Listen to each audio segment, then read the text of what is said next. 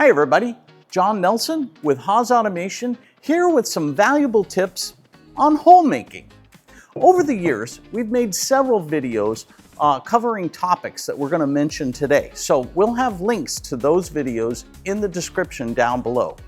Let's get started with twist drills. Twist drill tip number 1, only spot drill when necessary. If your drill tip looks like this, you need to spot drill first. If your drill tip looks like this, with a split point, you do not need to spot drill first. There are some exceptions. For example, jobber length or taper length drills made of high-speed steel or cobalt with a split point tip can benefit from having a spot drill first because of their length. Tip number 2, never peck drill when drilling with through spindle coolant. When using a TSC drill with coolant through the tool, you should not use a peck drill cycle. You're wasting your time and tool life. Most of the wear happens on the drill when it's entering the material or exiting the material. So peck drilling only increases the wear on your drill. Tip number 3, always use the shortest drill possible. This tip goes for all cutting tools and cutting operations. The shorter the drill, the more rigid the drilling application is. This will give the best hole size and location accuracy. Long drills have a tendency to wobble and drill oversized.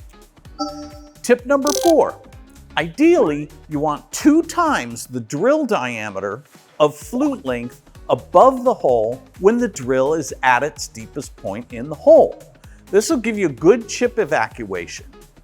Any less than this and the chips can pack up inside the flutes, causing problems with surface finish, hole size, and straightness. Indexable insert drills are the best method of producing larger diameter holes. They require less spindle power and less axis thrust than spade drills. Tip number 1, always use coolant with insert drills. These drills are designed for use with through tool coolant systems. They can be used without coolant through the tool, but it's not recommended when drilling more than 2 times the diameter deep. To repeat, you should never use these drills without coolant delivery of some kind. Drilling in softer, gummier materials like aluminum, low carbon steel, and 300 series stainless steel can pose some challenges. It's more difficult and sometimes impossible to break chips when drilling these gummy materials. Tip number 2, if you struggle breaking the chips, use a peck drilling cycle. If you're drilling with through tool coolant on a mill, use G73 high-speed peck drilling cycle. When drilling with through tool coolant on a lathe, use G74, the end face grooving cycle. These cycles allow you to define a pecking cycle where the drill does not retract all the way out of the hole. It just backs up to break the chip and starts drilling again. If you're only using flood coolant, program G83 normal peck drilling cycle on both mills and lathes. This cycle retracts all the way out of the hole on each peck. There's a technical details document posted on the web pages for our indexable drill inserts with more details on how to adjust the drilling parameters. Look for the title, High-Speed Peck Drilling.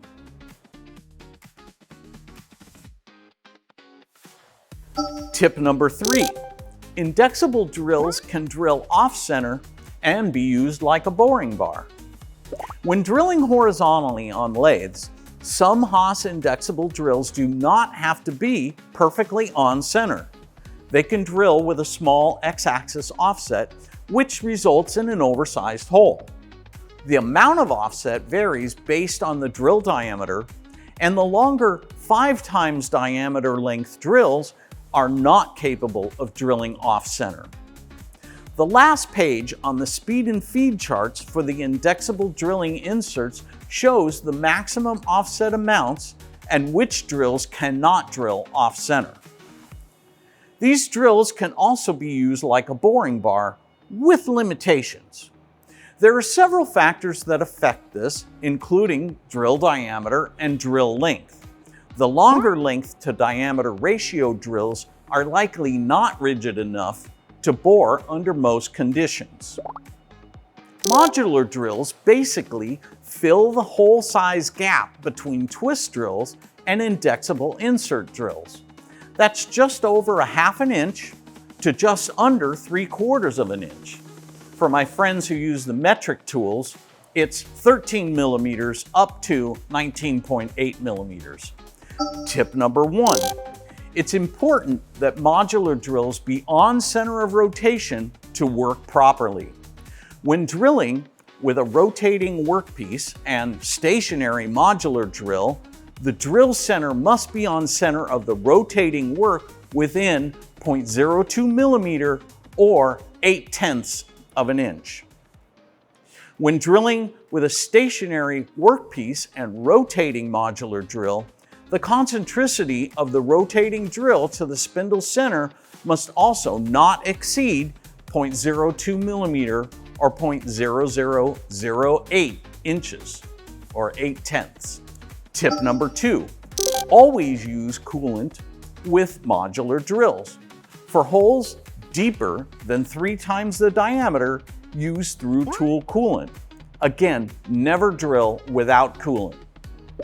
Tip number 3, modular drills cannot be used like boring bars.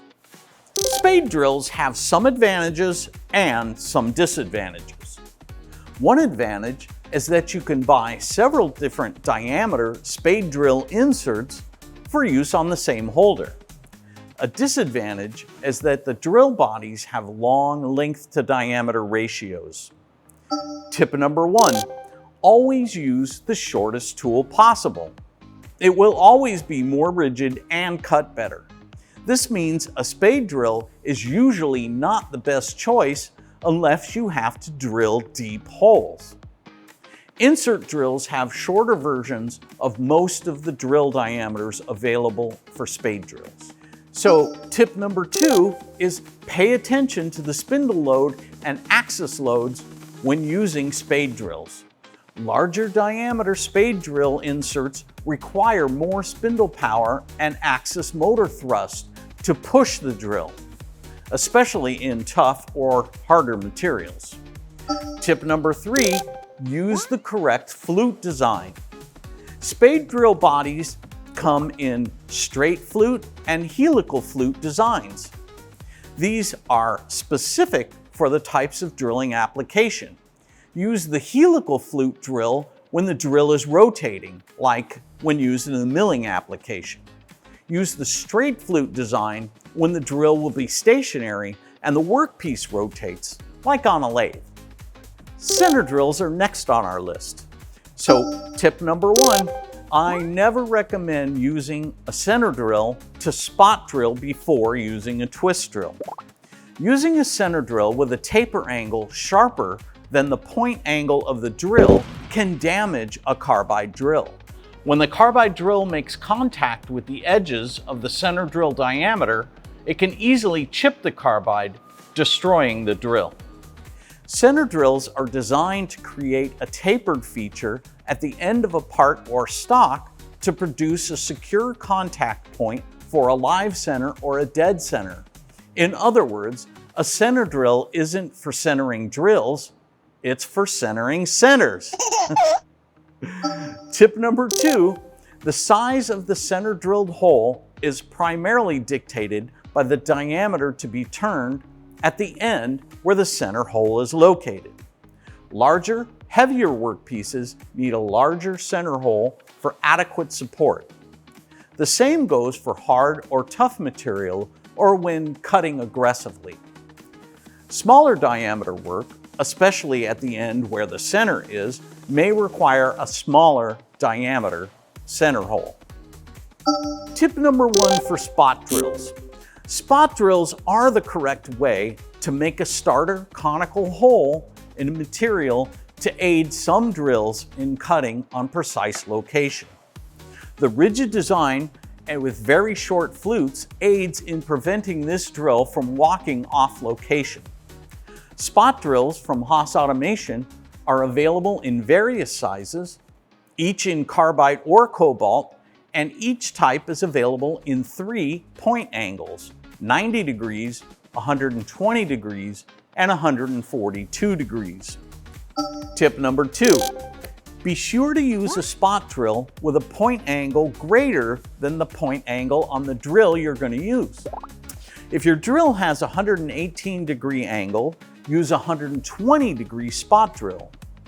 Use a 142 degree spot drill for drills with 135 degrees or 140 degree drill point angles. Tip number 3. Never spot drill before using a split point carbide drill. The split point will self-center the drill.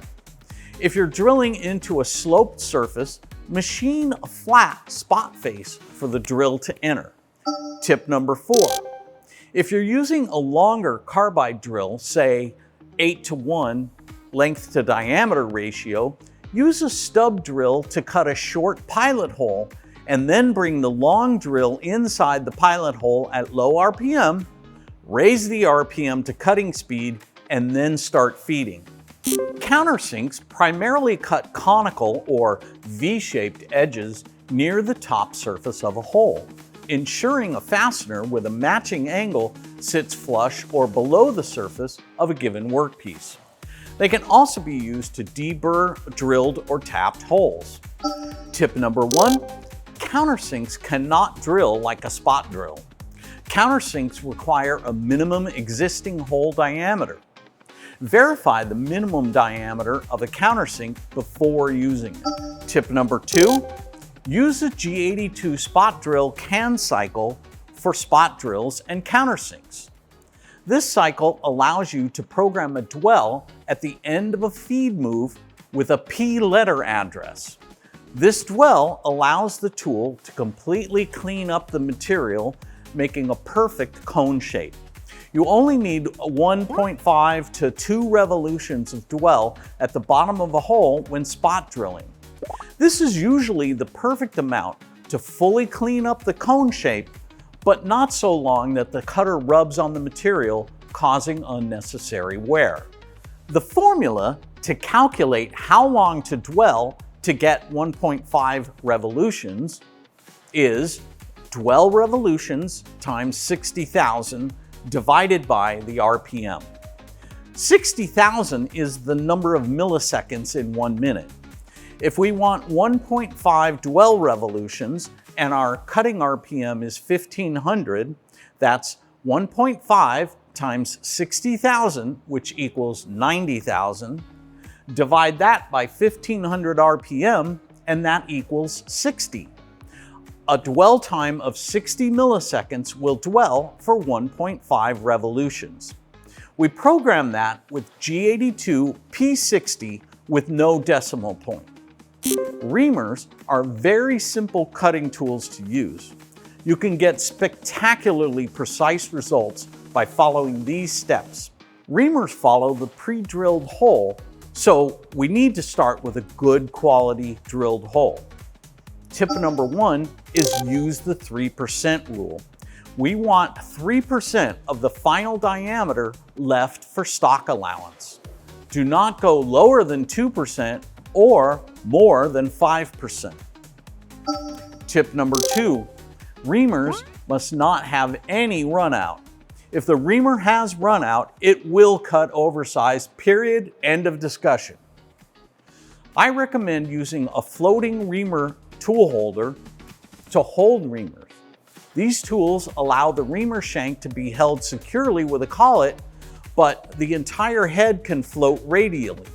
This allows the reamer to run perfectly true to the hole it's reaming. If you don't have access to a floating holder, you can use a reamer in a collet chuck, but you must true up the reamer so the runout at the tip of the reamer is 0 or within your size tolerance. Lightly tap the reamer shank with a soft piece of aluminum just below the collet and be patient. Tip number 3, always use coolant with reaming.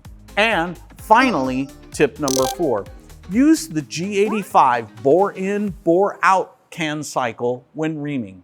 Feeding in and out of the hole will give you a beautiful surface finish and accurate, consistent holes. Okay, let's do a quick recap. When using twist drills, tip number 1, only spot drill when necessary. Tip number 2, never peck drill when drilling with through tool coolant. Tip 3, always use the shortest drill possible.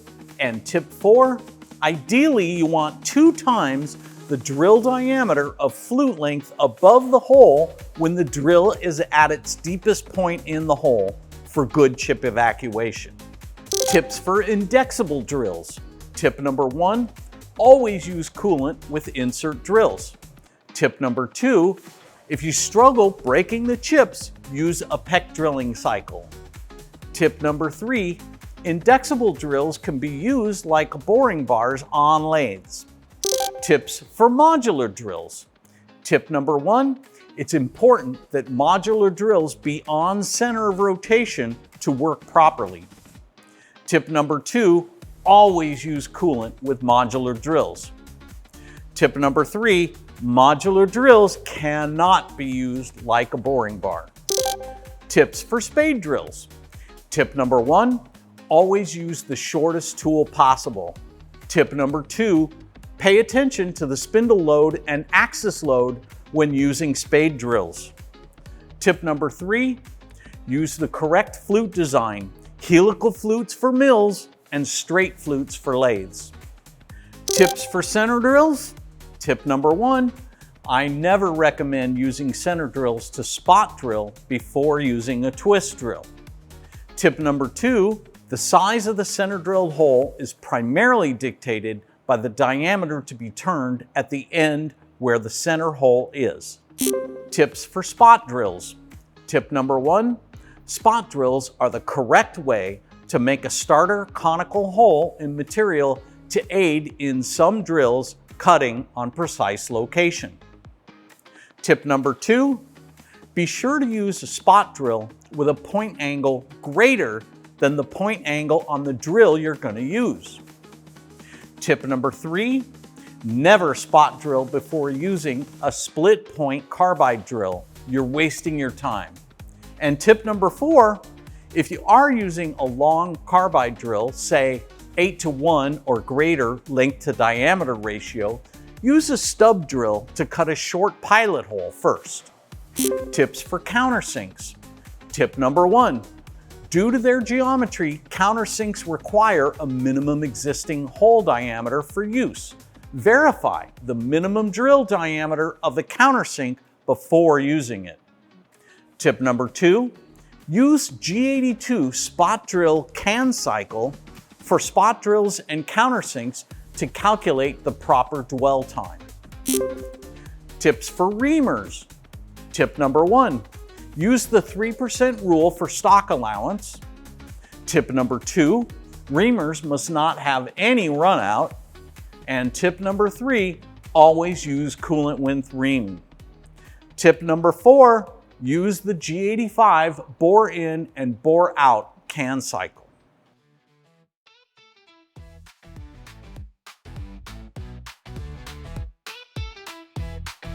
I'm John Nelson with Haas Automation. Thank you very much for watching.